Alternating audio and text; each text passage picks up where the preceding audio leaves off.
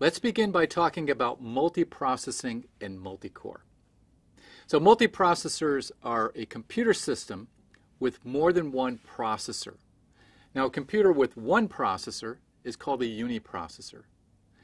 And multicore takes the idea of multiprocessing and puts it onto a single chip. So where those multiprocessors in older systems, and this idea is decades old, and those older systems, maybe on separate chips or even separate boards, well, the multicore, the processors are all integrated on a single chip. There are a number of advantages of multiprocessing, and one of those is exploiting thread-level parallelism by splitting a task among multiple processors. Now, this is very useful for things like scientific programs, for databases, for media processing, web browsers, games. There's all kinds of applications of this. Now, this also provides tolerance to failures in higher-end systems. So if one processor fails, well, I have these other processors that I can use. Now, the system may not have the same performance, but it's still usable. It doesn't have to just be taken down completely. It still can be available to us.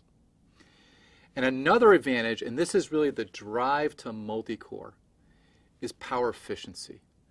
So several modestly superscalar processors can be more power efficient than one very aggressive processor design that tries to a very wide superscalar, lots of out-of-order execution, lots of threads.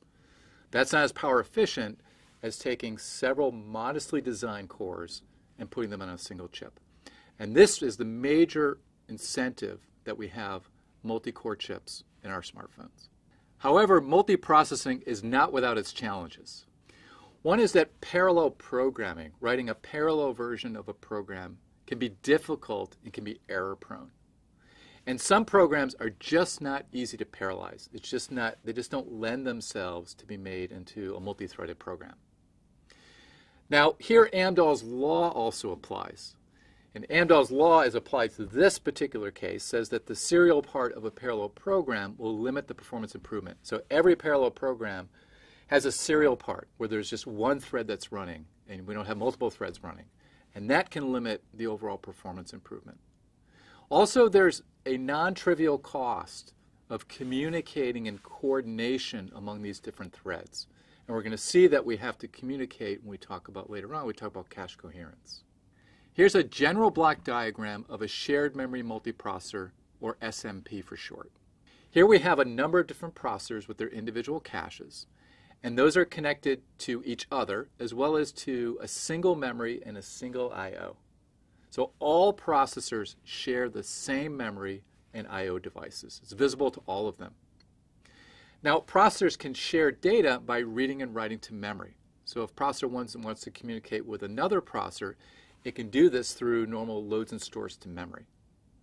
And this is widely used in multi-core chips. Our multi-core chips use this type of shared memory multiprocessing. Now, multi-core is multiprocessing on a chip. So let's look at a typical multi-core chip organization. We have a number of processors with their pipelines and their individual caches. Now, what we've shown here is that we've grouped those together, and they share another level of cache called a level 2 or L2 cache. Now that's a second level of cache, which is bigger than the level 1 caches. Now we've changed those in the pipeline to show those as L1 or level 1 caches. Now those are the small caches which are associated with instructions and data.